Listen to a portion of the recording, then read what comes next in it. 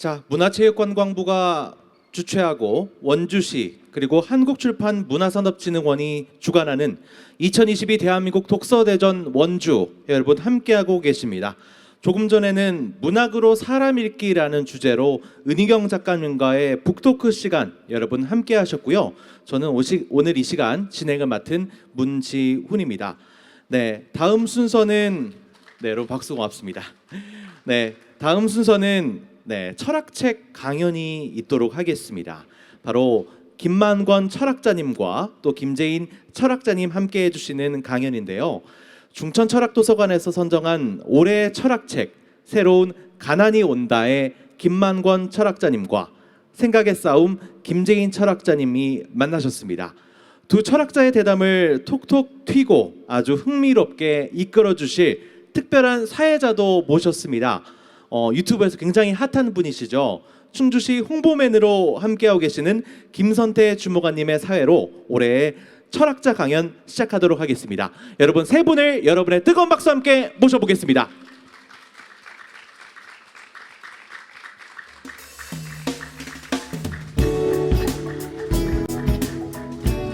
네, 여러분 더욱더 힘찬 박수 부탁드리겠습니다.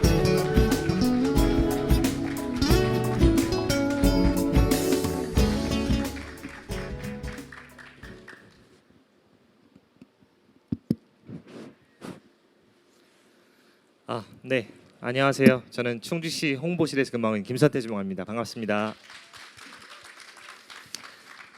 오늘 사회를 맡게 되는데요. 사실 사회라기보다는 여러분과 같은 입장에서 우리 철학자님, 작가님들이 어떤 생각을 가지고 있는지 또 철학이 무엇인지에 대해서 좀 같이 들어보는 그런 시간을 갖도록 하겠습니다. 우선 이제 올해의 철학책으로 선정이 되셨어요.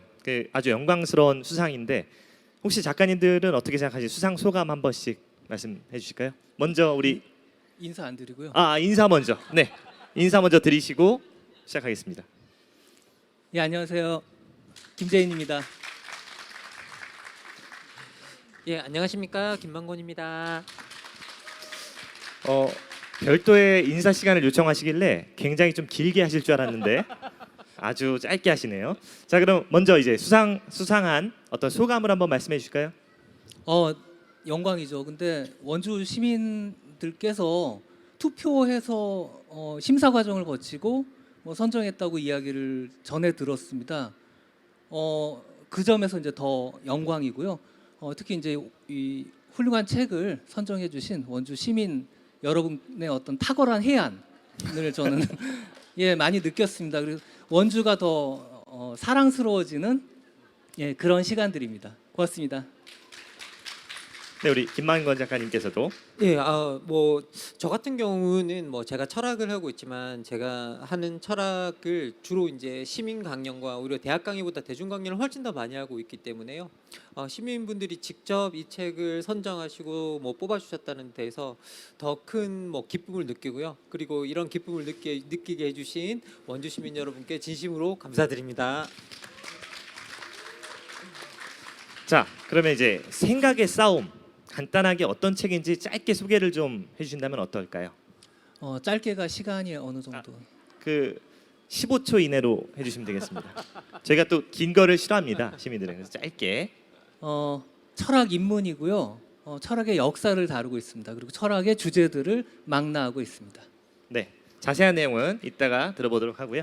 자, 우리 김만권 작가님. 예, 제가 쓴 새로운 가난이 온다 같은 경우에는 디지털 시대가 만들어내는 디지털 기술이 만들어내는 불평등에 관한 이야기를 하고 있습니다. 그래서 지금 우리가 디지털 시대를 살아가고 있는데 이 디지털 기술 자체가 우리의 살아가는 모습 자체를 어떻게 바꿔놓고 있고 어떻게 격차를 만들고 거기에 어떻게 대응해야 되는지에 관한 이야기를 하고 있습니다. 예. 네, 좋은 말씀 감사드리고요. 자, 이제 그러면 뭐 강의를 한번 시작해 보도록 할까요? 우리 먼저 어떤 분 먼저 하시는 게 좋을까요? 시나리오에 저부터 하기로 했는데 뭘 또 물어보세요. 그 호흡이 잘 안 맞는 것 같습니다. 좀 이해를 해주시기 바라겠고요. 그러면 간략하게 강의를 한번 들어보도록 하겠습니다. 자, 박수로 한번 맞이해 주십시오. 제가요 원래 이런 그 스크립트를 준비를 안 하는데 굉장히 긴장된 것 같아요. 그래서 어저께 사실 잠도 잘 못 자고 오늘 좀 형편없습니다. 살짝 봐가면서 이야기를 드려도 될 것 같죠? 네. 제 책 생각의 싸움은 말 그대로 이제 생각의 싸움입니다. 흔히 우리가 인문학이라고 하면 뭐 인간에 대한 탐구, 뭐 인간에 대한 성찰, 뭐 이런 얘기를 많이 하는데요. 사실 그런 작업은 이 인문학만 하는 게 아닙니다. 사실은 예술도 그런 작업을 하고요. 그다음에 뭐 과학도 사실은 탐구를 합니다. 그리고 아까 은희경 선생님 오셨는데 문학도 이제 그런 일들을 하고 있죠. 인간에 대한 탐구나 성찰은 굉장히 다양한 분야에서 수행되고 있습니다. 그렇다면 인문학의 특징이 뭐냐? 철학은 뭐 인문학에 속한다 이렇게 우리가 얘기할 수 있으니까요. 인문학의 특징은 뭐냐? 언어가 이제 그 핵심에 있다는 겁니다. 과학은 수학을 사용하죠. 예술은 소리, 색, 형태 이런 것들을 사용합니다. 그에 반해서 인문학은 주로 이제 언어를 통해서 가령 언어로는 표현되지 않는 상황들이 너무 많아 이런 얘기를 투덜댈 때도 그걸 언어로 이제 하는 게 인문학이다 이렇게 볼 수 있습니다. 잠깐 질문 드리면 언어로 하는 게 이제 철학이라고 말씀을 하셨는데 언어가 없었다면 철학도 없었을까요? 인간이 없었겠죠. 인간 자체가. 예. 왜냐하면 인간의 생각을 형성하는 그 과정하고 인간이 진화해서 이제 지금의 어떤 모습을 갖추는 과정이 함께 언어를 활용하는 과정하고 이제 나란히 같거든요. 이제 그런 점에서는 언어와 인간은 뭐 거의 같은 뗄래야 뗄 수 없는 네, 그런 관계다 이렇게 얘기할 수 있겠습니다. 네, 다시. 근데 이제 인문학 중에서 철학만 조금 이제 놓고 말씀을 드리자면 사실 여기 와 계신 굉장히 많은 3,000분 정도 되는 것 같은데요. 철학이 뭔가 이 신비하고 특수한 그리고 난해하고 뭐 이런 어떤 활동이다, 어렵다 이렇게 이제 직감을 하고 계실 겁니다. 뭐 한편으로는 맞고요. 다른 한편으로는 꼭 그렇다 이렇게 얘기할 수 없는 측면이 있습니다. 사실 우리가 철학과에서 배우거나 아니면 철학 역사에서 배우는 굉장히 중요한 철학자들의 대부분은 철학과 출신이 아닙니다. 그리고 심지어 철학과라는 게 만들어진 것도 대략 한 서양의 18세기 정도입니다. 그러니까 그 전에는 가령 뭐 데카르트, 뭐 스피노자, 휴움, 뭐 로크, 버클리, 뭐 라이프니츠, 칸트 이런 사람들 다 한 번쯤은 들어보셨을 거예요. 이 사람들은 철학과 출신이 아무도 없습니다. 그리고 또한 그들 대부분은 철학과 교수도 아니었습니다. 하지만 오늘날 우리가 이제 돌아볼 때 이분들을 가장 탁월하고 훌륭한 철학자라고 꼽고 있습니다. 따라서 철학이 뭔가 오늘날 존재하는 그 철학과라는 틀, 이 속에서 생각하려고 하기보다는 좀 더 깊은 활동, 그리고 이제 역사를 거슬러가 보자면 굉장히 오래된 활동이었다. 그리고 지금도 그러하다라고 이야기할 수 있습니다. 다시 말하면 오늘날도 철학과를 나오지 않더라도 철학자가 될 수 있다라는 거죠.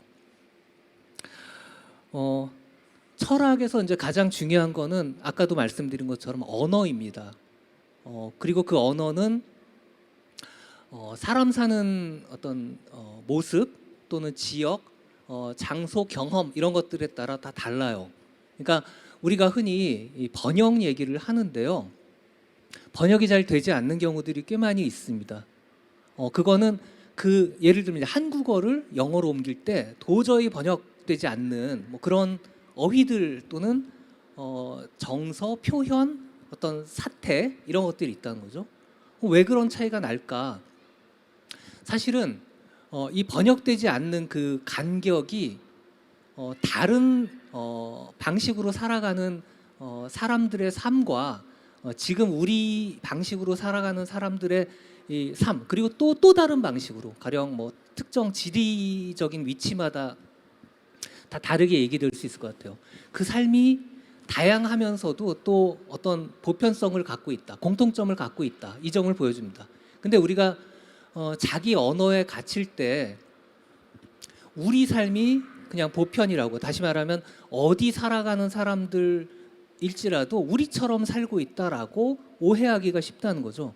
근데 제가 철학을 다양한 언어를 통해서 이 배출된 이 철학의 결과물들을 공부하면서 느꼈던 굉장히 중요한 포인트 중에 하나는 다른 언어가 각각 다른 렌즈로 세상을 보여주기 때문에 그 결과물들을 배우는 게 굉장히 우리 삶을 돌아보는데 유용하다. 우리가 당연하다고 여기는 것들이 꼭 그런 건 아니구나라는 걸 확인하는 어떤 방식으로 유용하다. 이런 것들을 많이 깨달았습니다. 따라서 이 철학을 얘기할 때 이제 또 하나 중요한 게 개념인데요. 이 개념이라는 거는 이제 아까 오셨던 은희경 선생님의 이 뭐랄까요, 이 픽션, 어떤 예술적으로 언어를 가꿔내는 시나 소설, 이런 표현 방식하고 좀 다른 측면이 있다라고 얘기할 수 있습니다. 그러니까 철학은 언어지만 개념을 통해 세상을 더 잘 볼 수 있게 해주는, 마치 우리 안경 같은 그런 렌즈를 가공하는 작업이다. 그래서 철학자마다 중요한 개념들이 있고요. 그 중요한 개념들을 이해하는 과정이 또한 철학을 우리가 알아가는 그런 과정이고, 또 동시에 세상을 더 정확하고 다채롭게 보는 방식이다. 이렇게 얘기할 수 있습니다. 근데요, 이 개념이라는 게 너무 어려워요, 사실은. 예. 사실 철학 공부하려고 이렇게 시작하다 보면 우리가 꽉 막히는 순간이 이게 도대체 무슨 뜻이야? 라고 하게 되는 그 어려운 개념들이 너무 많아요. 그래서 이제 철학을 잘못 배우게 되는 과정이 하나 있는데요. 뭔가 철학은 근사하고 있어 보이는 건 맞거든요. 그래서 그런 개념들을 이해하지 못한 채 외웁니다. 한 100번쯤 보면 외우게 돼요, 우리가. 그래서 그 자기가 이해하지 못하고 그 개념이 솔직히 무슨 뜻인지를 모르는 채로 사용하는 어떤 나쁜 관습, 관행 같은 게 생기게 됩니다. 이게 이제 철학을 공부할 때 가장 우리가 주의해야 될 지점이에요. 그리고 심지어는 전문가들 중에도, 뭐 여기 교수들도 포함될 수 있습니다. 철학과 교수들도 포함될 수 있는데요. 그 개념의 진짜 의미를 이렇게 체화하지 못한 상태로 그 개념들을 그냥 막 쓰는 거예요. 그리고 외우고 나면 아는 것처럼 느껴져요, 막 기분이. 그러니까 그 개념을 아무 때나 쓰는 거죠.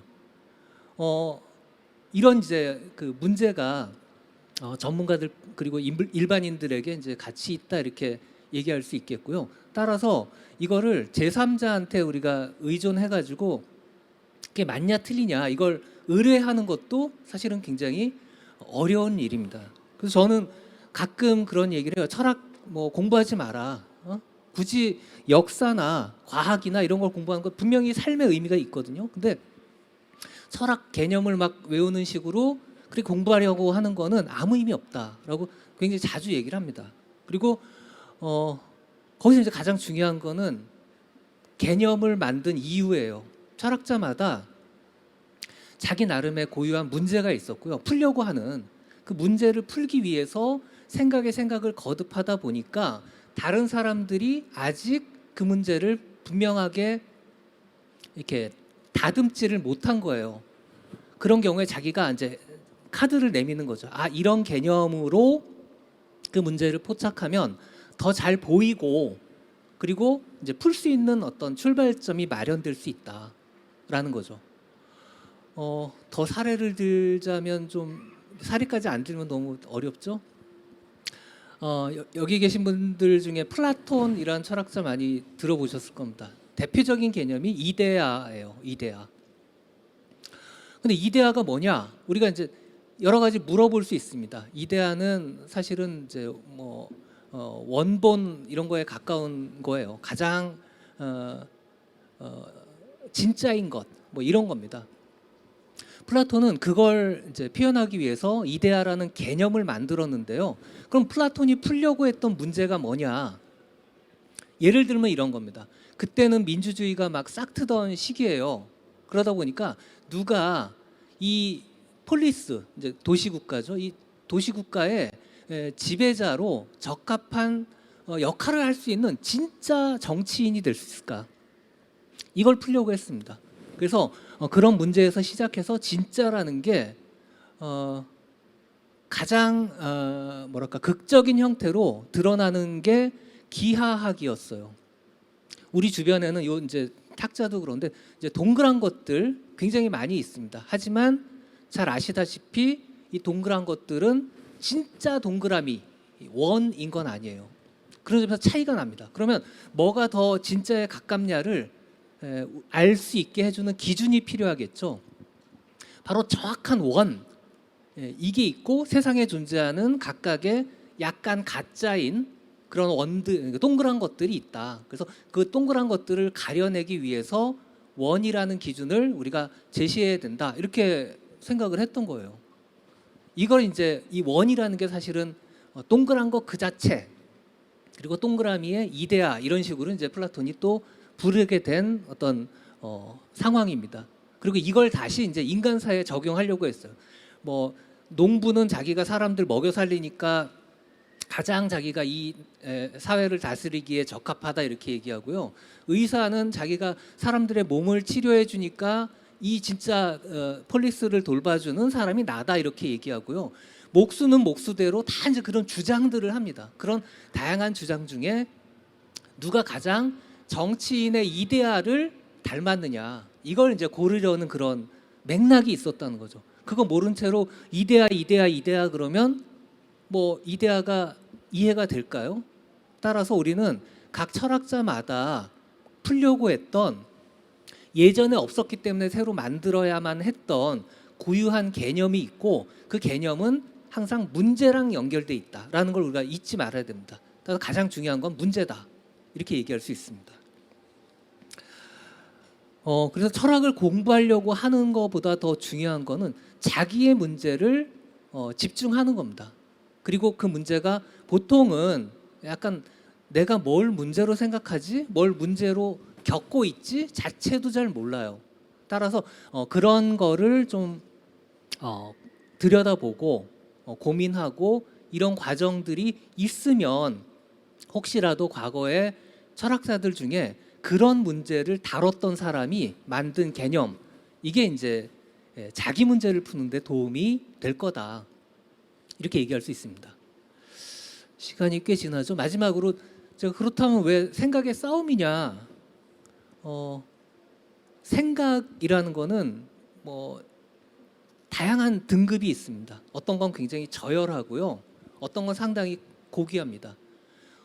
이때 저열하다 고귀하다 이거를 이해하는 가장 좋은 방식은 어떤 생각을 하면 그 사람이 좀 더 활기차고 삶에 어떤 힘이 넘치고 그렇게 될 수 있는 생각이 있고요. 자꾸 이 자기를 비하하고 부정하고 그래서 결국은 세상에 절망하게 만드는 그런 종류의 생각이 있습니다.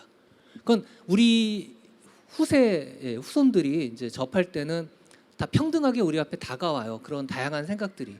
하지만 진짜 중요한 거는 우리가 좀 더 힘차고 활기차고 기쁘게 자유롭게 될 수 있게끔 도와주는 생각입니다. 그러니까 항상 우리는 많은 생각의 싸움 상황에 들어가 있는 거다 이렇게 얘기할 수가 있겠습니다. 그래서 그 생각의 싸움을 통해서 자기가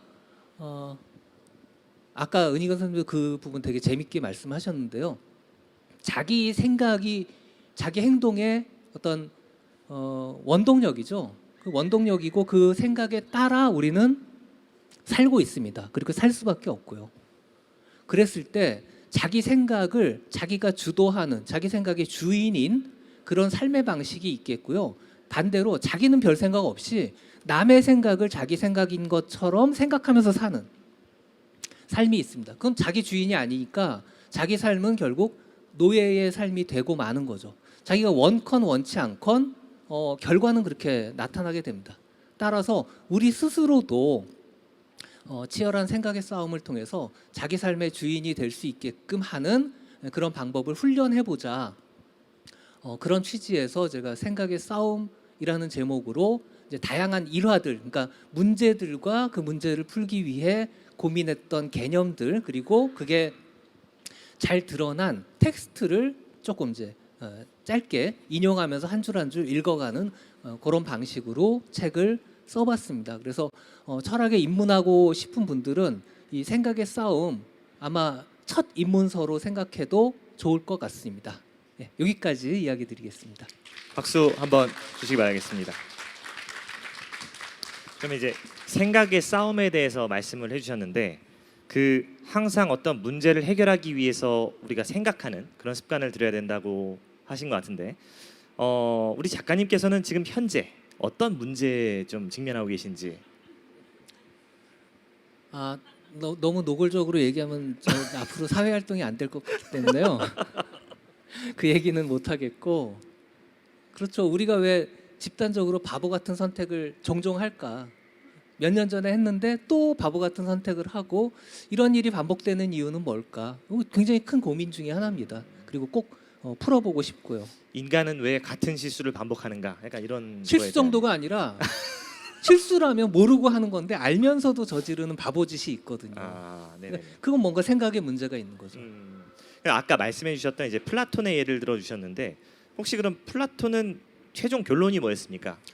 플라톤은 굉장히 오랜 기간 동안 이제 교육을 받아서 트레이닝된 훈련을 받은 그런 철학자가 통치자가 되어야 한다 이렇게 얘기를 했습니다. 이상하죠? 혹시 그 이론에 대해서 어떻게 동의하십니까, 작가님께서는?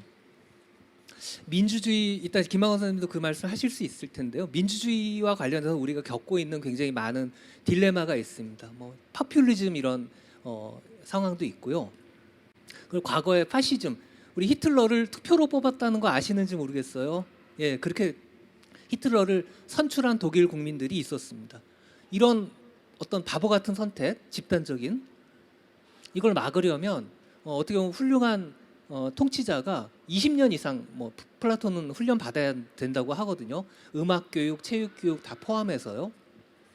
그런 사람이 그러니까 초엘리트죠.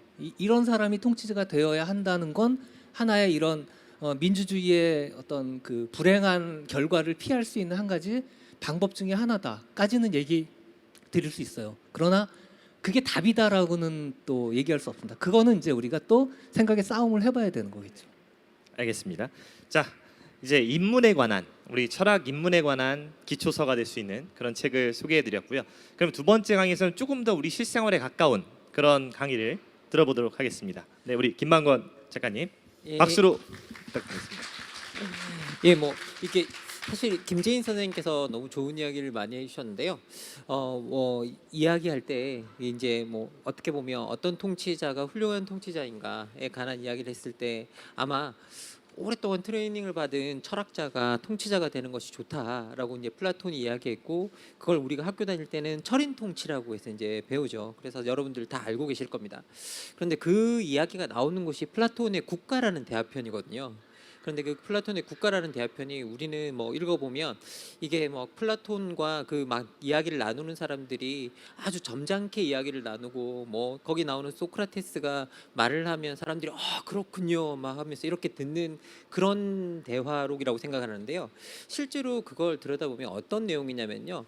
이게 소크라테스가 나와서 어떤 말을 하면 거기에 등장하는 모든 인물들 중에 특히 반발을 하는 인물들이 있습니다. 그리고 거기에 대해서 강력하게 반발을 하면 거기 이렇게 국가를 열어보면 트라시마코스라는 사람이 처음부터 그러죠. 그래서 그 사람이 막 선생님은 맨날 우리 말하는 거 말꼬리만 잡고 물고 늘어져요. 선생님은 그렇게 하는 거 정말 잘못돼 있고 도시에 그걸로 다 알려져 있어서 선생님 너무 싫어요. 막 그렇게 이야기를 하거든요. 그래서 실제로 대화를 하다가 또 말꼬리가 사실은 그 소크라테스가 이 트라시마코스의 말꼬리를 잡아서 트라시마코스가 너무 화를 내면서 막 뛰쳐나갑니다. 그러면 거기에 대하던 다른 사람이 쫓아나가서 그 트라시마코스를 잡아가지고 우리 끝까지 이야기나 들어보고 대화나 좀 해보세요 하면서 앉혀놓는 막 그런 이야기예요. 안에 내용을 들여다보면 국가가 정말 한 편의 드라마 같은 겁니다. 그런데 그 안에서 선생님께서 말씀해 주시는 이제 통치자의 덕목이나 이런 이야기들이 나오는데 실제로 거기서 아주 주요한 대화자가 누구냐면 글라우콘이라는 인물입니다. 이 글라우콘이라는 인물은 국가라는 대화편을 쓴 플라톤의 두 번째 형님이에요. 근데 이 거기에 이제 실제로 이 대화편에 등장하고 있는데요. 근데 이 글라우콘이 이제 그 소위 말해 이 철학자가 통치자가 되어야 된다는 말을 들었을 때 너무 당황한 거예요. 그 이야기가 사실은 역사적으로는 처음으로 철학자가 통치자가 되어야 된다고 이야기를 하는 순간입니다. 그랬더니 거기 대화편에서 글라우콘이 뭐라고 이야기하냐면요. 선생님 이제 큰일 나셨습니다. 도시의 젊은이들이 우통을 벗고 선생님한테 다가와 선생님이 지금 하시는 말을 따질 겁니다. 라고 이야기를 합니다. 그러면서 이 도시가 어떻게 철학자가 통치자가 되어야 되는가에 관한 이야기를 선생님께서 제대로 우리한테 이유를 대지 못하신다면 오늘 여기서 선생님 우리한테 큰 망신을 당하게 될 거다라고 이제 그렇게 경고를 하죠. 실제 이 안에 읽어보면 우리가 누가 우리의 통치자가 되어야 하는가 뭐 이런 이야기들이 상당히 많은데요. 사실 그 국가 텍스트로부터 출발하고 싶었던 이유는 뭐냐라고 하면 사실은 그 국가가 다 뭘 이야기하고 있는가 하면 우리한테 필요한 것들을 어떻게 분배하고 나누어야 되는가에 관한 이야기를 하고 있습니다. 저도 사실은 제 전공 중에 하나가 분배 철학이라 그래서 자원과 권리를 어떻게 나누는가에 관한 그런 걸 하고 있고요. 실제 그 자원과 권리를 가장 잘 나눌 수 있는 사람이 누구냐? 플라톤에 따르면 철학자라는 거죠. 철학자가 그거로 트레이닝이 된다라는 거죠. 그런데 저 같은 경우도 뭐 마찬가지입니다. 저도 그 학문을 공부한 사람이고요. 어떻게 자원과 권리를 분배할 것인가. 특히 어떻게 보면 오늘 선생님이 이제 쓰신 책 제목이 생각의 싸움이라는 책이라고 한다면 어떻게 권리와 자원을 분배할 것인가라는 이 주제와 관련해서 제가 싸움을 걸었던 아주 중요한 주제 중에 하나는 뭐냐면요. 우리가 흔히 요즘 너무 많이 하는 말이죠. 네 인생은 네가 책임지는 거야. 내 인생은 내가 책임지는 거야. 라고 하는 자기 책임의 윤리. 정말 우리 인간은 자기 인생을 자기가 책임질 수 있을까? 라는 게 제가 걸어봤던 싸움이었던 것 같습니다. 그래서 지금 현재 어떻게 보면 우리가 IMF 이후로 우리 경제가 어려워지고 사람들이 사는 게 어려워지고 하면서 생존이 아주 중요한 문제가 됐고요. 그리고 그러면서 또 들여다보면 그 가운데 네 인생은 네가 책임지고 뭐 자기 인생은 각자가 책임지는 거라는 이런 발상들이 엄청나게 우리 사회에 깊이 들어가 있습니다. 그리고 특히 통계적으로 들여다보면 20, 30대들한테는 정말 이게 몸에 배어 있는 발상입니다. 내 인생은 내가 책임진다라는 것. 그런데 정말 내 인생은 내가 책임질 수 있을까라는 이 질문을 가지고 들어가서 이제 보면 우리 시대를 보면 저는 그럴 수 없는 상황이 아닐까라고 생각을 했었습니다. 그 가장 중요한 이유 중에 하나가 디지털 기술의 발전인데요. 많은 분들이 왜 디지털 기술의 발전이 우리 인생을 우리가 책임지지 못하게 만들지라고 생각하실 수 있을 것 같습니다. 많은 사람들은 기술이 중립적이라고 생각을 하는데요. 실제 이 기술은 그다지 중립적이지가 않습니다. 특히 디지털 기술 같은 경우에는 결코 중립적이지 않습니다. 디지털 기술은요, 그 기술 안에 아주 편향적으로 분배하는 속성이 있습니다. 그리고 그 편향적 분배가 아주 어떻게 보면 극단적으로 상위 5%, 심하게는 1%한테 그 모든 이익을 몰아주는 성향이 있습니다.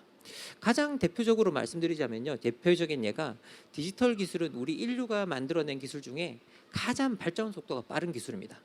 근데 여러분, 어떤 기술이 발전 속도가 엄청 빠르다고 생각을 해보세요. 그러면 시간이 지나면 지날수록 그 기술의 발전 속도를 따라잡는 사람의 숫자는 점점 작아질 겁니다. 그래서 디지털 기술은 시간이 지나면 지날수록 소수에게 분배하는 속성을 가지고 있습니다. 그리고 또 하나 더 말씀을 드리자면 디지털 기술은 우리가 상용화될 때 이제 기본적으로 우리가 플랫폼의 형식으로 상용화가 되는데요. 근데 그 플랫폼은 일단 덩치가 커야 힘을 발휘합니다. 그래서 덩치를 자꾸 플랫폼이 키우죠. 그래서 여러분 아마 가장 대표적으로 최근에 덩치 키우기에 열심인 곳이 어디냐라고 하면 쿠팡 같은 기업이죠. 그래서 여러분들이 이 쿠팡은요, 오랫동안 거기서 활동해온 고객보다 신입 고객의 혜택이 훨씬 더 많은 경우를 볼 수 있습니다. 그건 뭐냐? 덩치를 키워야만 잘 작동할 수 있기 때문인데요. 같은 플랫폼 내에 오랫동안 머무는 사람들을 활용해서 수많은 이익을 올릴 수가 있기 때문입니다. 그래서 우리가 어떤 분야에 들어가 보면 그 각 분야마다 덩치가 큰 한두 개의 플랫폼이 거기서 독과점을 차지하고 있는 걸 우리가 실제로 확인할 수 있습니다.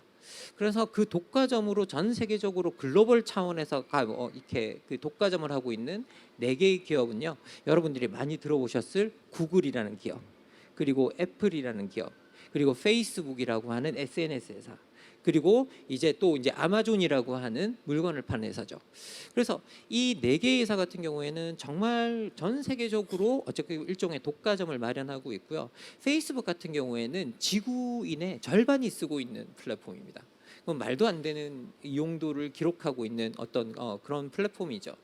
그러다 보니 이 플랫폼이 덩치가 커진 플랫폼에다가 아주 집중적으로 분배하는 속성이 있습니다.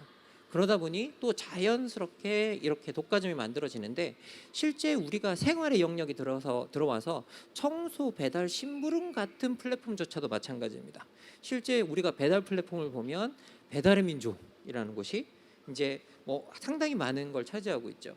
그러면 배달의 민족을 우리가 민족은 사실은 이 플랫폼 자본의 속성도 보여주는데요. 실제 여러분이 배달의 민족으로 주문하면 독일 민족이 배달 오죠. 예, 한국 민족이 배달 오지 않습니다. 독일 민족이 배달 오고요. 좀 애국심을 발휘해서 요기요 같은 데 주문을 하면 요기요도 독일 민족이 배달 오는 겁니다. 그리고 여러분이 좀 더 그래서 난 정말 피하고 싶어. 그래서 쿠팡이츠로 주문하면 일본에서 배달이 오는 걸 수도 있습니다. 왜? 지금 쿠팡의 뒤에서 돈을 대는 곳이 일본에 있는 손정희 회장 같은 분이기 때문이죠. 그래서 기본적으로 우리가 그 안에 독과점이 만들어지면서 또 집중적으로 분배가 돼서 자꾸 양극화 분배가 만들어집니다. 그리고 그 양극화 분배는 어느 정도냐면요. 2017년 우리나라의 통합소득이 2019년에 국회에 보고가 된 자료를 들여다보면요. 2017년에 우리나라 상위 1%가 2만 2천 명이었습니다. 그런데 이분들이 버신 소득이 그 해에 하위 629만 5천 명만큼 벌었습니다. 2만 2천 명이. 그리고 우리가 2013년 통계를 기준으로 보면요. 우리나라 하위 50%가 우리나라 전체 부의 1.7%를 가지고 있습니다. 그리고 상위 5%가 우리나라 전체 부의 50.3% 정도를 가지고 있습니다. 그리고 상위 10%가 66%를 가지고 있고요. 그러면 극단적으로 사실은 디지털 시대가 들어오면서 이런 극단적 분배가 일어난 건 디지털 기술과 결합하면서 그것들이 지구적 시장 차원에서 아주 초국적으로 작동하면서 일어난 일이었거든요. 그러면 이런 시대에 우리가 또 그럼 더 나가서 그럼 우리한테 충분한 소득이 보전되고 있느냐? 그러면 우리가 이런 시대에 또 안정감을 느끼느냐 하면 또 그것도 아닙니다. 실제 2016년에 NH투자증권에서 100세 시대 연구소라는 곳에서 중산층 보고서를 냅니다. 그 중산층 보고서에서 실제 중산층에게 들어가는 분들한테 물었습니다. 여러분은 중산층에 속한다고 생각하십니까? 얼마나 중산층에 속한다고 답했을까요? 79.1%가 나는 속하지 않는다고 답했습니다. 중산층에 들어가지 못한다. 그러면 5명 중에 4명이 실제 중산층의 5명 중에 4명이 내가 중산층에 속하지 못한다라고 느끼고 있는 거죠. 그러면 도대체 왜 그런 불안감, 그러니까 내가 왜 이렇게 항상 내가 빈곤하다 이런 생각을 하게 되는가라고 생각을 해보면 기본적으로 충분한 소득이 지속적으로 보전될 것이라는 대한 확신이 우리한테 없기 때문이죠. 왜냐? 우리는 지금 불안정 고용 시대를 살고 있고 언제 해고될지 모르고 언제 일이 끝날지 모르고 그런 상황이기 때문이죠. 그러면 이런 상황 속에서 우리가 네 인생은 네가 책임지는 거야 라는 말이 있는데, 한번 생각해 보면 그 말은 아주 겉으로 볼 때는 너무 좋은 말이고 산 사람한테 책임을 주는 말이지만 한 번만 뒤집어 보면 너의 인생이 실패했을 때 사회나 국가의 도움을 요청하지 말란 말이거든요. 사회나 국가가 책임이 없다라는 뜻이거든요. 알아서 각자 도생해라 라는 의미입니다. 그러면 정말 그게 올바를까? 우리가 그런 방식으로 우리가 정말 각자 도생해서 이 시대를 살아낼 수 있을까라고 했을 때, 지금 우리가 아까 말씀드린 소득의 양극화 그리고 자산의 양극화 이런 다양한 패턴을 생각해 볼 때 그런 일이 그렇게 가능하지는 않을 것 같다 않을까라는 생각이었고요. 그래서 좀 뭔가 우리가 이제 다른 분배 방식을 좀 생각해 봐야 되지 않을까라는 생각을 하고 있고, 그리고 그래서 제가 뭐 제안하고 있는 건, 이 말씀을 드리면 많은 분들이 이제 정말 그럴 수 있을까요?라고 묻긴 하는데요. 열심히 일하는 것을 자격으로 분배하는 것에서 조금 다른 분배를 생각해 보면 어떨까? 열심히 일한다라는 것이 어떤 분배의 자격이었다면 과거에는, 이제는 열심히 일할 수 있는 기회도 부족할 뿐만 아니라, 그리고 열심히 일한다고 해도 나한테 충분한 소득이 보전되지 않는 어떤 그런 시대가 다가오고 있다고 한다면, 내가 이 사회의 구성원이라는 자격만으로 분배할 수는 없을까? 그런 방식으로 뭔가 우리가 인간다운 삶을 다 재구축할 수는 없을까라는 그런 의식을 담은 게, 생각을 담았던 책이 바로 이 새로운 가난이 온다라는 책이었습니다. 사실 이 책은 제가 쓰고 싶었던 이야기의 절반만 들어가 있는 책인데요. 사실은 나머지 절반의 이야기는 뭐냐면, 그렇게 밀려난 다수들이 얼마나 위험해지는가. 아까 선생님께서 이런 말씀을 하셨거든요. 왜 우리는 집단적으로 그렇게 멍청한 선택을 지속적으로 할까라고 이제 그렇게 말씀을 하셨잖아요. 실제 전체주의의 기원이라는 책의 한나 아렌트는 뭐라고 이야기하느냐, 내가 어려울 때 나를 도와줄 사람이 없는 그런 상태가 바로 외로워지는 상태인데, 그 외로워진 대중 집단들이 히틀러를 지지했다. 왜? 누구도 나를 안 도와준다는데 나를 도와주겠다고 내미는 손은 히틀러의 손이든 누구의 손이든 상관이 없다라는 거죠. 그래서 그런 사람들이 엄청나게 정치적으로도 위험해질 수 있고 잘못된 선택을 할 수 있기 때문에, 기본적으로 우리가 인간답고 안전한 삶을 마련할 수 있는 새로운 분배를 지금 고민하지 않으면 안 되겠다라는 생각을 가지고 이 책을 썼습니다. 이제 제 이야기는 여기서 마치도록 하겠습니다. 예. 박수 한번 부탁드립니다. 네, 좋은 강의 잘 들었고요. 우리 어떻게 들으셨나요? 이 강의에 대해서. 열심히 들었습니다. 제가 질문을 하나 드리도록 하겠습니다. 새로운 가난이 온다고 하셨는데, 우리 작가님은 가난하신가요?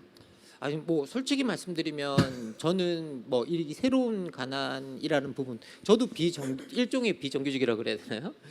여전히 어떻게 보면 비정규직이고, 그래서 약간 그런 부분이 있지만, 저는 사실 여기에서 지금 안전한 부류인가 아닌가라고 묻는다면, 저는 안전한 축에 있는 사람이라고 이야기하고 싶습니다. 그거는 뭐 거짓말해서는 안 되는 것 같고요. 그럼에도 불구하고 철학자의 임무가 뭘까? 철학하는 사람의 임무가 뭘까라고 했을 때, 제가 아는 한 철학자의 임무는 위기의 시대에 평범한 사람들에게 안전한 보호망을 제공하는 것, 그리고 그 사람들이 안전하게 가서 여기가 안전하다고 느낄 수 있는 어떤 그런 터전을 제공하는 것이 철학자의 임무라고 생각이 들고요. 그리고 어떻게 보면 그 일을 하고 싶었다라고 말씀드리고 싶습니다. 예. 네, 박수 한번. 좋은 말씀 감사드립니다. 그럼 우리가 이제 잠깐 토론 아닌 토론 같은 걸 좀 서로 해보는 시간을 갖도록 할 텐데요. 왜냐하면 이제 우리 말씀하시기를 항상 의문을 가지고, 그죠? 의문을 가지고 질문을 해보는 이런 태도가 좋은 태도, 철학자의 태도라고 말씀하시지 않았습니까? 그런 의미에서 서로 한번 질문을 해보는 시간을 갖도록 하겠습니다. 자, 내용 중에 혹시 뭐 반박까지는 아니어도 이런 건 좀 궁금합니다, 이렇게 여쭤보는 시간을 좀 서로 갖도록 하겠습니다. 먼저 해보실까요? 아니 뭐 사실 이렇게 솔직히 말씀드리면, 저희 김재인 선생님과 저는 같은 직장에 있습니다. 되게 놀랍게, 그러니까 원주에서 같은 직장에 있는 다른 두 책을 정말 엉뚱하게 뽑아주셔가지고 어떻게 이런 우연이 있지? 라고 저희 깜짝 놀랐었는데요. 직장에서 맨날 싸웁니다. 맨날 제가 시비를 거는 축이고요. 그런데 사실 제가 디지털 불평등에 관해서 썼지만, 김재인 선생님 같은 경우에는 우리나라에서 AI 분야에 가장 선두에 있는 철학자이십니다. 그래서 어떻게 보면 지금 현재 우리 인공지능 분야에서 많은 국가 정책 같은 것들을 철학적 배경을 우리 김재인 선생님께서 되시는 경우가 많습니다. 그래서 사실은 김재인 선생님 걸 보고 제가 공부를 하는 입장입니다. 그래서 제가 여기서 뭔가 공개적으로 반박했다가 큰 망신을 당할 것 같아서 큰 망신을 당할 것 같은데요. 그래서 선생님께서 저한테 차라리 질문을 먼저 해주시는 게 좋겠습니다. 저는 대답을 못해도 괜찮거든요. 네, 공을 넘기셨고요. 네. 이렇게 공을 받으면 안 되는데. 근데 저도 선생님 책 읽기도 하고 또 같이 이런 북 콘서트 같은 데 같이 참여하기도 하고 많이 했는데요. 저도 이제 그 소유권이라는 게 되게 문제적이다라는 생각을 많이 하고 있습니다. 소유권이라는 건 뭐냐면 어떤 물건, 예를 들면에 대한 나의 소유 권리죠. 내가 이걸 갖는 게 정당하고 남이 이걸 빼앗아 가면 그거는 잘못이다. 뭐 이런 이제 부류의 생각입니다. 근데 한 200~300년 정도 이제 서양에서 어떤 게 그럼 정당하게 내 거고 어떤 건 내 거일 수 없는가 이런 논란들이 있었습니다. 근데 이제 선생님 디지털 소유권 한마디로 디지털이 많은 불평등을 낳는다라고 말씀하셨고 그건 당연히 이제 많이 투자한 주주라든지 처음에 창업한 그래서 성공한 사람들이 많이 가져가고 그렇지 못한 사람들은 이제 뒤늦게 참여하거나 아니면 그 형성돼 있는 기술을 이용하는 사람들은 이제 조금밖에 못 가져가고 이게 이제 시간이 가면서 점점 이 불평등이 커진다. 뭐 이런 문제 상황이 최근 한 20년 정도 이제 계속 되어 오고 있는 것 같습니다. 이 상황에서 제가 문제 삼고 싶은 거는 이 디지털에서의 이제 요즘 IP라고 하는데요. 지식 재산, intellectual property. 이 지식 재산이라는 게 과연 얼만큼 정당한 걸까? 이게 지식 재산이라는 거의 대표적인 게 특허 같은 거예요. 누가 특허를 이제 특허권이죠. 특허권을 갖고 있으면 그 사람에게 일정한 사용료라든지 뭐 이런 것들을 지불해야만 하는 겁니다.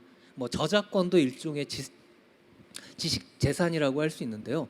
이제 디지털 기술의 가장 중요한 특징은 굉장히 상대적으로 간단한 수학적인 코드 이거를 개발하면 그 후에는 재생산 비용이 거의 안 들어요. 즉 카피할 때, 복제할 때 거의 공짜로 복제가 됩니다. 그러니까 그 전에 책이라든지 이런 거의 저작권에서 이제 중요한 거는 이게 재생산이 될 때 물리적으로 엄청난 비용이 들어가요. 그러니까 책을 한 권 찍을 때, 두 권 찍을 때, 10권, 100권 찍을 때마다 비용이 들어가는 데 반해서 디지털 재산은 그런 비용이 들어가지 않습니다. 재생산 비용이 제로에 수렴해요. 근데 과연 그거를 과거의 방식으로 소유권을 그만큼 가져가는 게 정당하냐 이런 문제가 한 가지 있을 수 있고요. 두 번째로는 이런 그 글로벌 기업들이 하고 있는 지식재산권이라는 게 디지털 영역에서 과연 그만큼의 기여를 했느냐 하는 문제가 또 있습니다. 그 얘기는 뭐냐면 현존하는 특허에 이렇게 제가 가끔 그런 비유를 드는데요. 빙산의 일각이라는 표현 들어보셨죠? 물 위에 떠 있는 빙산의 부분하고 밑에 가라앉아 있는 빙산의 부분 비중이 뭐 이렇게 염도마다 좀 다른데 대충 한 11대 89 정도로 보면 된다고 그래요. 그보다 더 이제 작을 수도 있고 클 수도 있고요. 그런 정도에서 위의 부분은 예를 들면 그 기업이 특허를 정당하게 자기가 뭐 발견하건 발명하건 했다고 쳐요. 근데 밑에 숨어 있는 그 많은 기술은 옛날에 인간들이 만들어 놓은 어떤 공통의 지식, 지혜, 권리예요.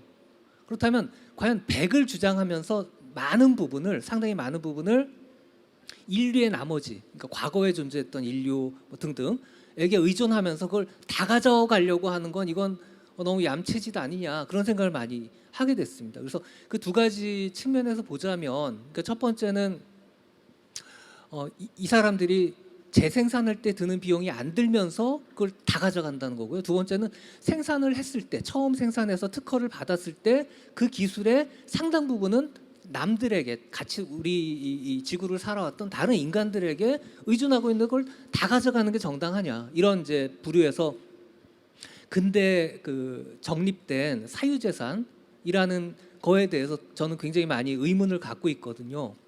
그래서 뭐 질문이라기보다는 선생님이 이제 그런 다른 분배 방식. 그래서 저는 예를 들면 이런 거예요. 복제할 때 비용이 별로 안 들면 그걸 소비자가 갖거나 뭐 이런 식으로 좀 인류가 나눠 가질 권리가 있다. 또 다른 한편으로 밑에 빙산의 아래 그 잠겨 있는 부분에서 인류가 전체가 기여를 한 거라면 그 인류의 후손인 지금 살아가고 있는 지구인 대부분이 그 권리를 그만큼은 가져가야 되지 않겠냐 하는 그런 분배 상상 이걸 해보곤 합니다. 그래서 선생님이 이제 다른 분배 방식 말씀하셨으니까 제가 요즘 탐색하고 있는 이런 주제에 대해서는 어떻게 보시는지 여쭙고 싶습니다. 아이고 예. 아니 그 최근에 선생님께서 이제 그 공동주의라고 그래서 우리 인류의 공동유산이라고 볼 수 있는 그런 부분에 대해서 나오는 이익들이나 이런 것들을 우리가 어떻게 나누어 가질 것인가에 관한 연구를 많이 하고 계시고 관심을 또 많이 가지고 계신 부분이 있습니다. 실제 우리가 공기라든지 토지라든지 우리가 지금 토지는 사유를 하고 있지만 생각해 보면 이 토지의 사유가 언제부터 일어났지? 라고 생각해 보면 이게 되게 황당한 일이거든요. 그리고 이게 그 과거에 이제 그 토마스 페인이라는 사람이 어떤 제도를 내놓냐면 우리가 새로운 세대들이 있는데 이 새로운 세대들이 21살이 되면 이 세대들이 인생을 출발하는 인생 출발 자금을 주자는 이야기를 합니다. 근데 그 이유를 뭐라고 되냐면요. 이 세계를 하나님이 우리한테 공유물로 주셨는데 우리가 사유를 다 해버려서 우리 후손들은 더 이상 사유화할 곳이 남아 있지 않다는 거예요. 그러면 그 후손들이 사유화할 권리를 잃은 걸 보상해주는 그거로 우리가 기금을 마련해서 어떤 우리 후손들이 인생을 출발할 때 인생 출발 자금을 주자라는 이제 그런 이야기들을 하게 됩니다. 그건 바로 이 토지가 공유물이라는 이제 그런 뜻이죠. 그리고 또 한편으로 우리가 공유물로 지금 만들고 있는 건 뭐냐면요. 지금 디지털 시대에 만들고 있는 건 데이터입니다. 여러분들이 뭐 SNS 활동이나 이런 것들에서 데이터를 만들면 페이스북은 여러분들이 만든 데이터에 광고를 연결하죠. 그래서 막대한 수입을 올리고 있습니다. 그런데 페이스북은 우리나라에 세금을 내지 않습니다. 그리고 구글도 우리나라에 세금을 내지 않습니다. 그러면 구글 같은 걸 쓰고 나면 세금이 어디에 잡히느냐? 버뮤다 같은 곳에 잡힙니다. 세금이 잡히는 곳이 그걸 장부상의 수익이 어디서 난 거로 되느냐? 대한민국에서 난 게 아니라 버뮤다에서 나온 거로 잡힙니다. 그런데 버뮤다는 뭐냐? 법인세가 없습니다. 그렇기 때문에 세금을 내지 않는 이제 그런 구조들이 만들어지고 있고 우리나라에 그렇게 세금을 내지 않고 있는 일들이 만들어지고 있는데요. 그러면 그런 공유물에서 나오는 데이터세 같은 걸 우리가 확보를 해서 우리가 또 나눠 가질 수 있다라고 이야기를 하고 있고요. 그리고 장기적으로는 조금 더 우리가 생각해 봐야 될 게 우리가 가지고 있는 인류의 우리가 특히 우리가 지식 기반 사회로 가고 있잖아요. 근데 모든 인류 지식은 인류의 선조들이 다 앞에서 쌓아준 게 있기 때문에 지금 우리가 그만큼 상상할 수 있고 그만큼 쓸 수 있다라는 생각이 듭니다. 그래서 우리가 그 부분에 대해서 우리가 보상의 대가를 내놓는 부분도 분명히 있어야 될 거다라는 생각이 들고요. 그래서 우리가 조금 더 공유물을 넓혀가는 작업을 할 수 있고 특히 지식 기반 사회에서는 그 일이 더 가능하지 않을까라는 게 제 개인적인 생각이고 더 나아가서 지금 지식 기반으로 나오는 생산품들이 디지털 물품이라고 한다면 디지털 물품의 생산 비용은 아까 말씀하신 대로 사실상 0에 수렴합니다. 그래서 우리가 충분히 그 일을 할 수 있지 않을까라는 생각이 전 개인적으로 선생님께서 말씀해 주시는 게 상당히 타당하다라는 생각이 듭니다. 예. 고맙습니다. 자, 그럼 이제 우리 선생님들의 인세도 그 사이버 같은 경우는 재생산 비용이 거의 들지 않지 않습니까? 혹시 그럼 인하하실 생각이 좀 있으신지? 실제 이제 저희들이 이북 같은 거 있잖아요. 이북 같은 경우에는 이북도 생각해 보면 저희들이 보통 다 그 가격에 저희들이 인세가 다 10% 정도 잡히고 있습니다. 그러면 거의 다 거기서 나오는 수익들은 사실은 출판사 이북 같은 경우에는 많이 수렴되는 현상이 나타나고 있고요. 종이책 같은 경우에는 좀 다른 경우이고 사실 저는 이북 같은 경우는 저희들이 공유물로 쓸 수 있지 않을까. 그래서 과거에는 저희들이 이북 같은 게 처음 나왔을 때는 그걸 그냥 대중들에게 그냥 무료로 푸는 경우도 있었고요. 그리고 종이책을 아예 안 만드는 경우도 있고 그리고 뭐 사람에 따라서는 자기의 책 한두 권을 그런 식으로 아예 그냥 그렇게 푸는 운동도 과거에 있었습니다. 지금도 뭐 저희들이 뭐 그 일종의 카피라이트 프리 운동이라고 그러죠. 그래서 그런 식으로 우리가 푸는 운동들이 있기 때문에 저희들 뭐 충분히 참여할 수 있는 작가에 따라서 여지가 있지 않을까 생각이 박수 듭니다. 한번 주십시오. 저는 반대합니다. 먹고 살 만한 작가는 뭐 그럴 수 있는데요. 대부분의 작가는 좀 처지가 그렇지 않죠. 오히려 작가가 가져가야 할 어떤 그 몫이랄까요? 그게 좀 더 늘어나야 하지 않을까 이제 그런 생각을 갖고 있는데요. 이유가 있습니다. 그 여러분이 이제 책 여기 좋아하시니까 다 같이 계신데요. 책 한 권을 만들기 위해서 얼마나 많은 생각을 했어야 할까? 그리고 고민을 하고 또 이걸 이제 글자로 만드는 그런 작업을 했어야 할까? 근데 우리는 뭐 짧게는 몇 시간, 뭐 길게는 며칠 안에 그걸 어떤 작가가 만들어낸 그 지식 생산품이자 우리의 그 어떤 생각의 자양분 이거를 흡수한단 말이에요. 커피 한 잔 마실 때 우리가 뭐 5,000원, 6,000원 낸다라고 하고 그거에 대한 가격을 스스로 어느 정도 이제 정당하다라고 지불할 만하다 이렇게 생각한다면 책에 대해서는 어떤 가격을 지불하는 게 적절할까 이런 고민이 사실은 좀 있어야 한다는 생각이 들고요. 그리고 도서관 얘기도 잠깐 할 수 있습니다. 우리 도서 축제니까요. 도서관에서 빌려볼 때 과연 작가에게 가는 인세 없죠? 별도로 없습니다. 그런 경우도 사실은 작가의 기여로 이 사회가 이게 풍요로워지는 건데 과연 지불할 수 있는 방법이 없을까 생각을 해보면 사실 대출한 그 기록들이 다 전산으로 남잖아요. 그거를 공공의 어떤 재원을 마련해서 작가에게 좀 나중에라도 정산해주는 그런 방식들이 충분히 실현 가능하다라고 생각이 됩니다. 그래서 취지는 뭐냐면요, 이 책을 쓰는 사람들이 뭐 쉽게 쓰는 분도 계시겠지만 여기서 제외하고 정말 진지하게 책을 쓰는 분들이 기여하고 있는 몫이 이제 뭘까에 대해서 우리가 사회적으로 고민이 필요하다. 우리가 그 디지털 지식재산에 대해서는 굉장히 우리 거꾸로 이제 관대하게 이렇게 비용을 지불하면서 반대로 조금 아날로그라고 하긴 뭐한데요. 조금 그와는 다른 카피 비용이나 생산 비용이 무지하게 많이 드는 그런 것들에 대해서 우리 사회가 얼마만큼 관대하게 자기를 열어줄 수 있느냐. 그냥 그런 걸 둘러싼 그런 문제를 둘러싼 생각의 싸움이 필요하다라는 생각입니다. 생각해 보면 노래방에서 노래를 불러도 이제 사실은 저작권자에게 가지 않습니까? 금액이? 근데 도서관에서는 없네요. 없습니다. 예, 실제 해외에서는 그 일부 국가에서는 도서관에서 책을 빌려 보면 저자에게 인세가 갑니다. 그런 국가들도 있습니다. 신기하네. 그러면 제가 아까 이제 계속 말씀하셨던 어떤 디지털 기술의 발달에 따라서 불평등이 심해졌다 이렇게 말씀을 하셨는데 이게 어떻게 보면 이익 입장에서 뭐 당연히 글로벌 뭐 탑 기업들에게 이익이 몰려가니까 양극화가 가속화된다고 생각할 수도 있지만 사용자 입장에서 혹시 더 평등해졌다고 볼 여지는 없을까요? 예를 들면 뭐 축구 선수 호날두 선수나 저나 똑같이 페이스북을 사용하지 않습니까? 혹은 같은 경험을 공유하고 그런 어떤 기술의 발달로 인해서 서로 그렇게 활용할 수 있게 된 거에는 어떤 평등함, 더 평등해졌다라고 볼 수 있는 여지는 없을까요? 기본적으로 저희들이 기술을 사용하는 부분에 있어서는 이게 상당히 평등해지는데요. 근데 기술의 사용이 평등해지면 평등해질수록 그 기술을 제공하는 사람의 이익은 늘어납니다. 그래서 우리가 기술을 쓸 수 있다는 것과 그 기술에서 이익을 얻을 수 있다는 건 되게 다른 문제고요.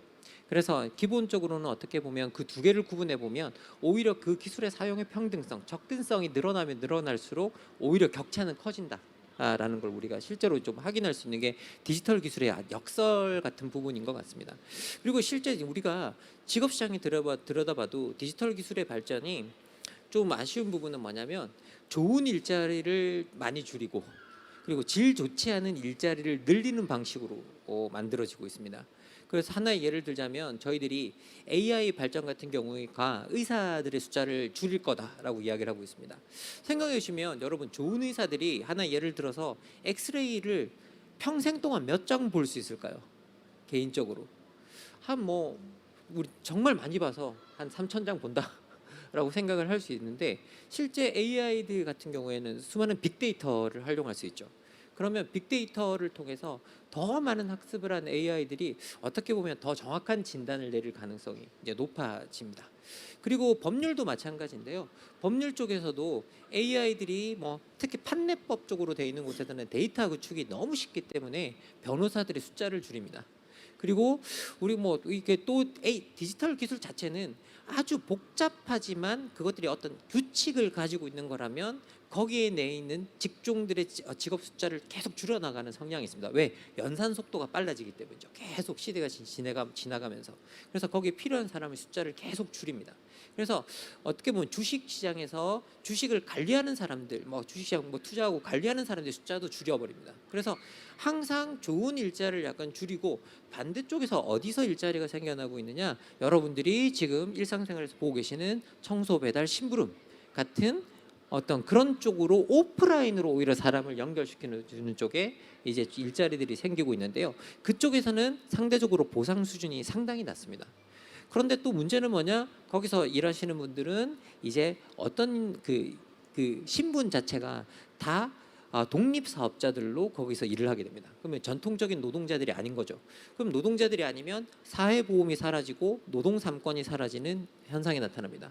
그래서 거기서 일하시는 분들은 같은 일을 하면서 사회보험 없이 노동상권 없이 그러니까 보호도 낮아지는 상태에서 일을 해야 되는 상황들이 만들어지고 있어서요.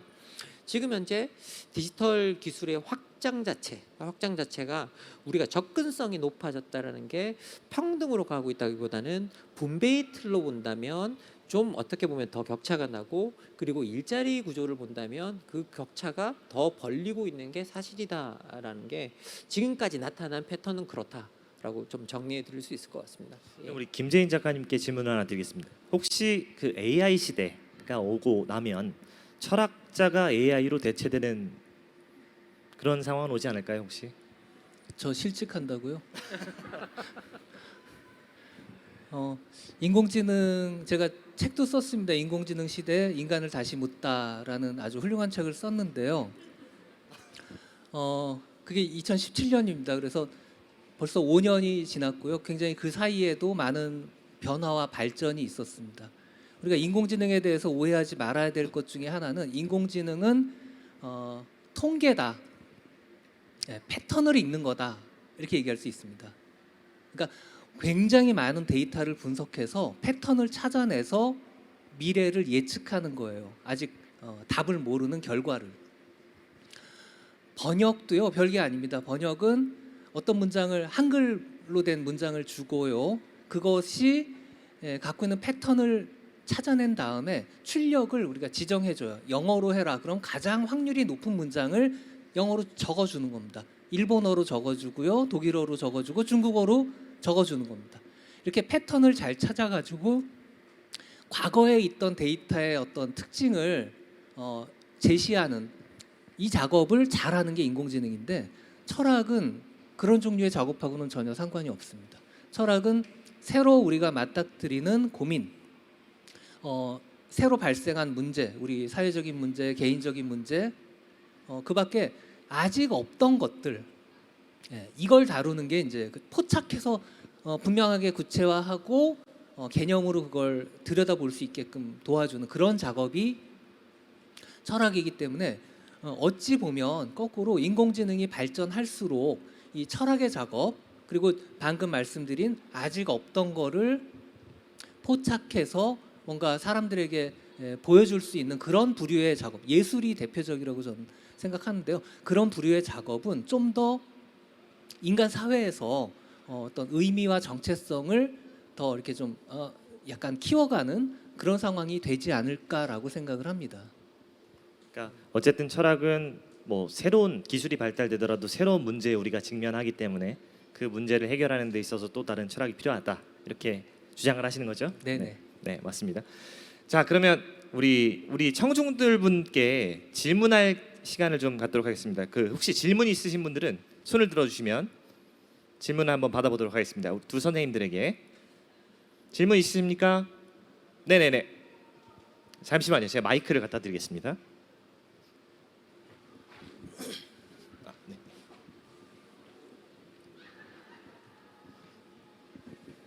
우리가 다 잘 알고 있는 컴퓨터에 소프트웨어와 하드웨어가 있습니다.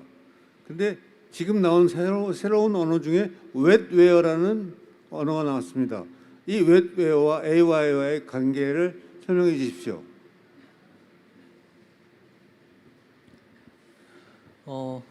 아마 다른 말로 클라우드라고 할 수 있을 거예요. 클라우드는 구름이잖아요. 이렇게 떠 있습니다. 그 클라우드에서 클라우드가 뭐와 비슷하냐면 우리 개인 컴퓨터가 있다면 그 개인 컴퓨터에서 하는 연산을 계산 이런 거를 해주는 제3의 장치예요. 우리는 거기에 인터넷을 통해서 접속을 합니다. 그래서 계산을 대신 시키는 거죠. 이걸 이제 웹웨어라고 할 수 있습니다. 웹의 인터넷이죠. 거기에 하드웨어, 소프트웨어 하듯이 이제 이름을 붙인 겁니다. 근데 그 계산을 시킬 때 되게 다양한 종류가 있겠죠. 뭐 꼭 인공지능이 아니더라도 우리가 궁금한 뭘 좀 계산해 달라라는 게 있을 수 있고요. 그다음에 인공지능으로 처리되는 그런 계산이 있을 수가 있습니다. 가령 요즘에 가장 인공지능계에서 그 뜨거운 이슈가 뭐냐면 언어로 문장을 쓰면 그 문장에 맞는 그림을 생성해주는 그런 초거대 모델이라고 부르는 그런 작업들이 있습니다. 그래서 뭐 밤하늘이 지금 해질녘이니까요.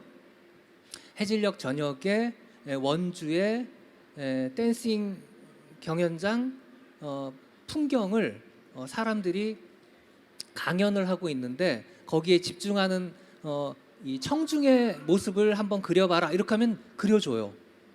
예, 맞을 수도 있고 틀릴 수 있습니다. 그러나 그런 작업을 우리가 인터넷 접속해서 시키면 거기서 그 작업을 해주는 거죠.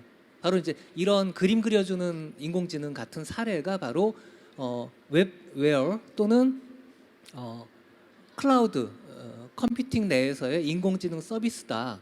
이렇게 이해하시면 대략 아마 그림이 그려지실 것 같습니다. 네, 답변이 되신 것 같고요. 혹시 다른 질문 있으신가요? 네네, 저 뒤쪽에 계신 분.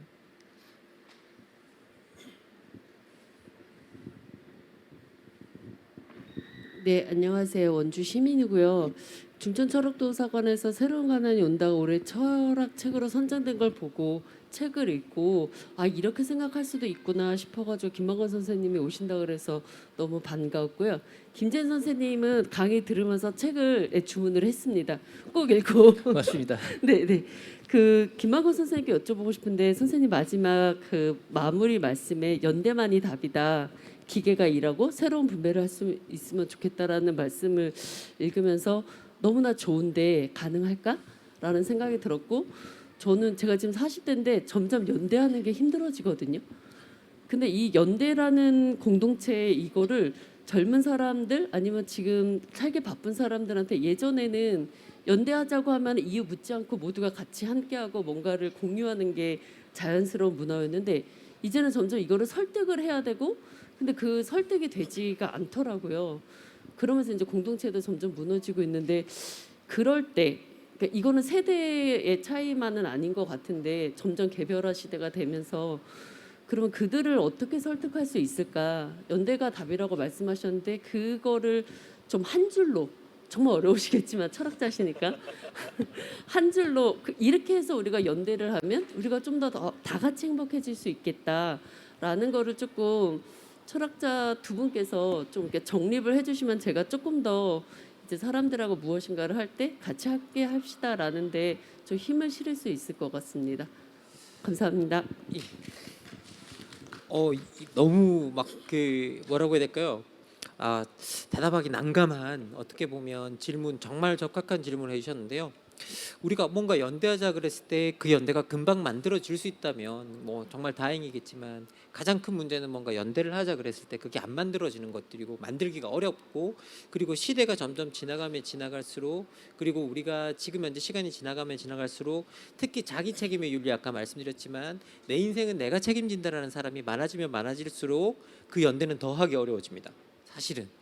그래서 제가 이제 여러분한테도 그 문제를 제기했었는데요. 근데 그걸 한마디로 정리해 보라고 한다면 저는 이제 학교 교육에 경청 교육이 들어가야 된다고 생각합니다. 들어주는 교육. 다른 사람들의 말을 판단하지 않고 들어주는 교육이 들어가 있다고 생각하는데요. 실제 자기 책임의 윤리가 강한 사회일수록, 그리고 빨리 변해가는 사회일수록 사람들은 자기 말만 하면서 살아갑니다. 다른 사람들의 말을 듣지 않죠. 다른 사람들의 말을 귀 기울여서 듣는 경우가 상당히 드뭅니다. 그리고 우리가 뭔가 들을 때 경청이라고 한다면 이건 그냥 듣는 행위로만 생각하지만, 여러분 소설 모모를 보시면 거기서 모모가 해주는 일은 들어주는 일밖에 없는데 사람들의 갈등을 해결하고 사람들의 마음을 치유하죠. 그런데 사람들이 점점 외로워지는 시대라는 제가 이야기를 많이 드리는데요. 그 외로움의 본질은 상당히 심각한 문제입니다. 사실 제가 외로움 이야기하면 많은 분들이 외롭다라는 걸 되게 낭만적으로 생각하시는 경우도 많은데, 실제 이 외롭다라는 말은 적어도 영어권에서는 16세기까지 아예 없었던 말입니다. 그래서 많은 사람들이 외로움이 인간 본연의 감정이라고 생각하시는 분이 많은데, 이 론리하다라는 이 말을 만든 사람이 셰익스피어입니다.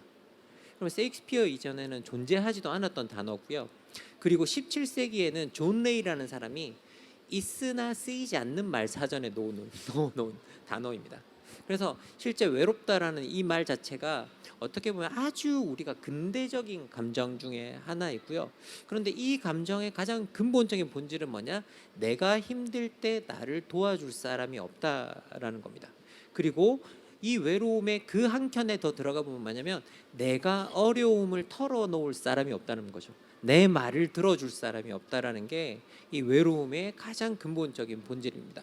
우리를 파편화시키는 것에 가장 그 깊숙이 들어가 보면 근본적으로 내가 내 사정을, 내 처지를 설명할 사람이 없고, 그리고 그걸 들어줄 사람이 없다라는 거죠.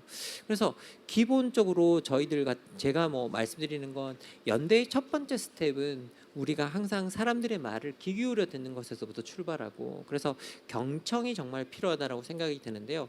우리 독일에 계시는 철학자 한병철 선생님 같은 경우에는 이걸 뭐라고 표현하시냐면, 이제 경청하는 집단이 공동체다 라고 말씀하십니다. 그래서 저는 상당히 이 표현을 읽었을 때 맞다라는 생각이 좀 많이 들었고요. 그래서 이것들이 조금 우리의 지금 현재 학교의 민주시민 교육과정이나 이런 것들에서 어려운 것들을 가르치는 게 아니라 상대방의 말을 듣는 연습, 상대방의 말을 끝까지 듣는 연습. 그런데 그 말을 들을 때 제가 항상 말씀드리는 건 뭐냐면, 이미 사람들이 말하고 있고, 저도 마찬가지인데요. 사람들이 말을 하고 있을 때 이미 제 대답이 정해져 있는 경우가 너무 많습니다. 그럼 그거는 경청이 아니죠. 그냥 듣고 있는 거죠. 경청이란 내가 듣는 동안만큼은 판단을 유보하는 행위입니다. 이 사람의, 그리고 끝까지 듣고 그 사람의 처지에 공감하고 그것과 함께 판단을 내려주는 행위라는 생각이 들어서요. 우리가 연대의 첫걸음이 뭐냐? 한마디로 말씀해 주시면 좋겠습니다 그랬는데, 제가 배경을 너무 길게 설명했습니다. 분명히 짧게 한마디로 그냥 경청이다라고 말씀드리고 싶습니다. 박수 한번 주시겠습니다.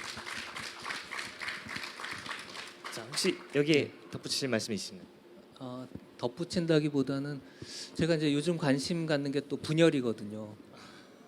최근에 분열의 공동체란 저희 이제 연구소에서 작업하면서 작업을 했는데, 그 전까지는 제가 작년에 재작년이 됐네요. 그 뉴노멀의 철학이라는 책에서 아까 선생님도 잠깐 지적하신 공동주의 이런 이제 아이디어를 생각하면서 어떻게 해야 협력과 연대가 가능할까 고민을 많이 했습니다. 저는 이 코로나19가 그 중요한 계기가 될 수 있다라고 생각을 했고요. 그 인류 전체에게 동시에 닥친 그 공포 속에서 뭔가 서로 함께하지 않으면 안 되는 어떤 공통의 경험, 이걸 이제 출발점으로 삼을 수 있지 않을까라고 생각을 했습니다. 그리고 한동안은 그래도 그 전 세계적으로는 아닐지라도 그래도 상당히 이 권역별로 그런 그 상황이 연대를 가능케 했던 부분도 있는 것 같습니다. 마스크를 공짜로 나눠주고, 치료를 공짜로 해주고, 백신을 공짜로 주고 등등, 이런 것들이 사실은 저는 연대 표출 방식이라고 생각했는데요. 벌써 이제 시간이 지나고 나서 3년 정도 지나가면서 오히려 올해 초에 특히 이제 전쟁도 나고 여러 가지 굉장히 이 분열상이 그게 달하는 이 상황을 보면서 왜 그렇다면 저런 그 인류사적인 위기 앞에서도 인류가 단결하고 연대하지 못할까 이런 고민을 하기 시작을 했습니다. 그래서 답은 공동의 경험을 공동으로 하지 못하게 방해하는 어떤 요인이 있다라고 이제 생각을 했고 그걸 저는 미디어라고 단정지었습니다. 두 가지 미디어가 있는데 하나는 매스 미디어고 하나는 소셜 미디어입니다. 소셜 미디어는 이제 개인화된 미디어죠. 페이스북이나 트위터 같은 그런 것들이 거기 속할 거고요. 뭐 인스타그램 등등 이제 많이 있습니다.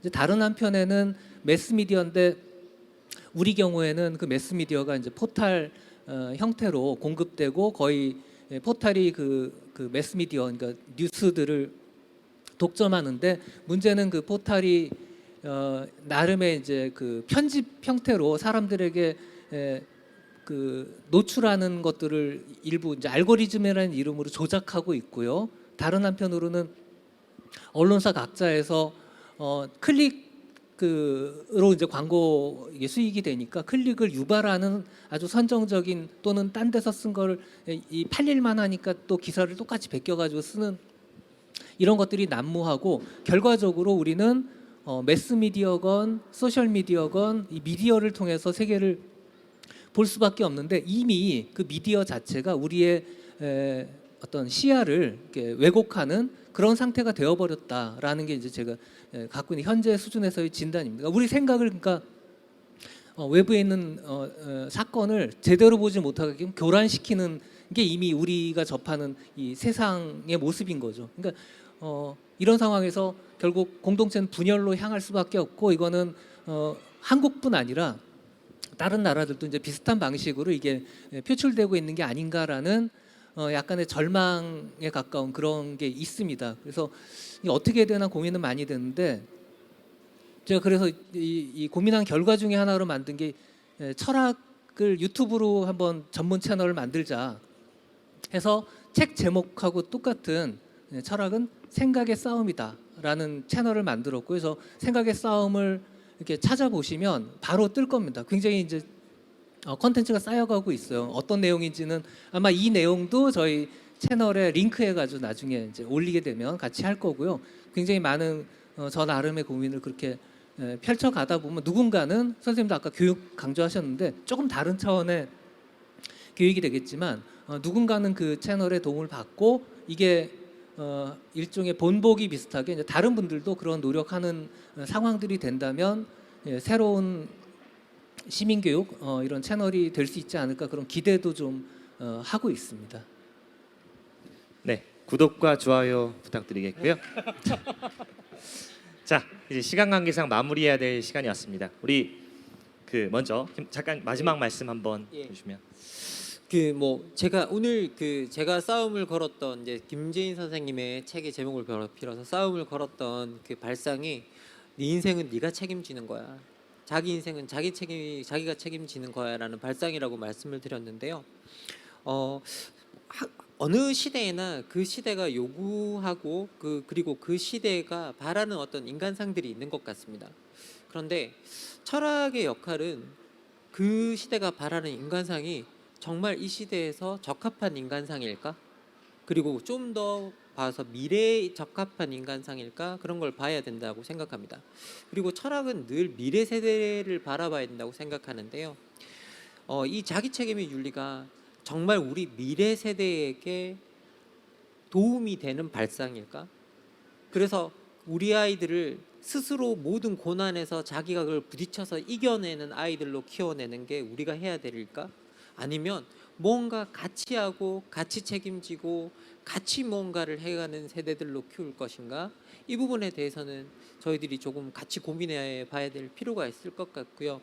그리고 점점점 디지털 시대의 어떤 양극화 현상 속에서 자기 자리를 찾지 못하고 직업적으로나 직업적 불안정 그리고 소득의 불안정 이런 것들에 시들리는 세대들이 계속 탄생할 겁니다. 계속 그 숫자는 증가할 겁니다.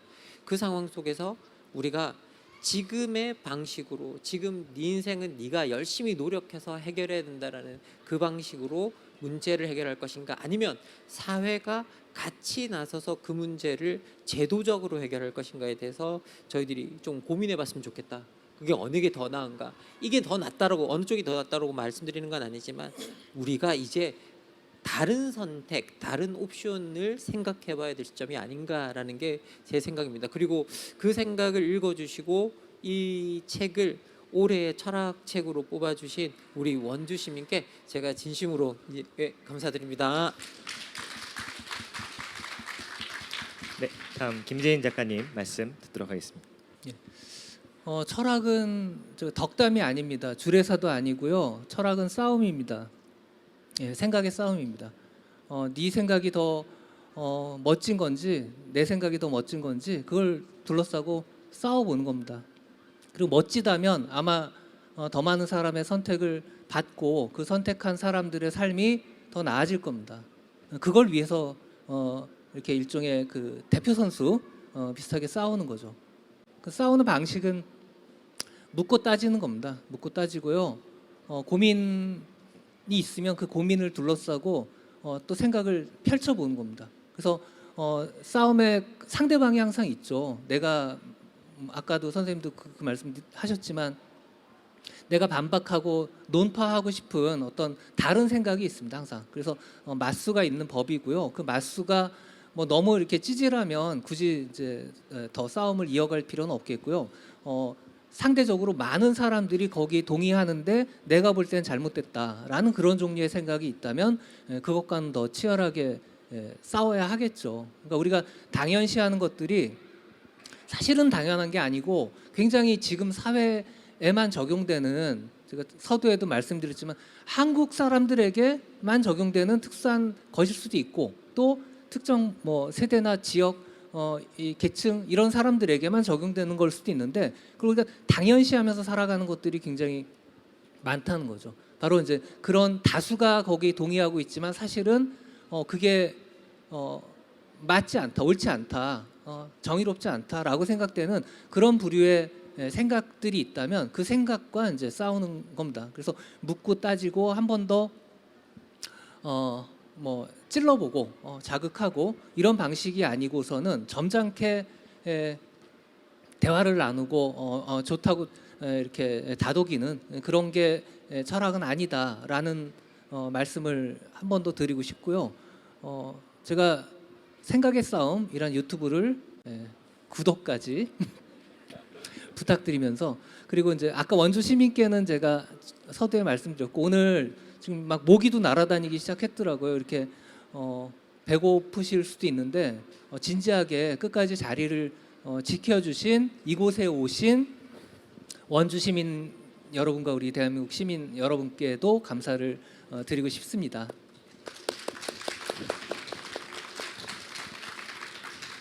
네, 두 분 작가님 정말 어려운 발걸음 하신 걸로 알고 있습니다. 정말 모시기 어려우신 분들인데 참석을 해주셔서 너무 감사하다는 말씀을 대신 드리고요.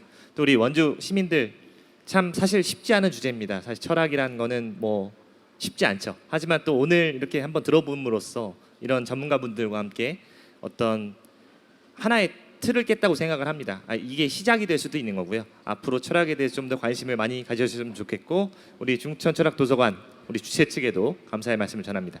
그럼 이걸로 오늘 콘서트를 마치도록 하겠습니다. 감사합니다.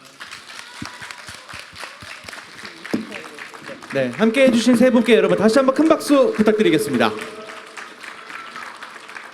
네, 책은 우리를 응원합니다. 그리고 우리를 연결합니다. 네, 삶의 본질적인 내용들을 시민들과 또 철학적으로 생각해보고 나눠보는 소중한 시간이었습니다.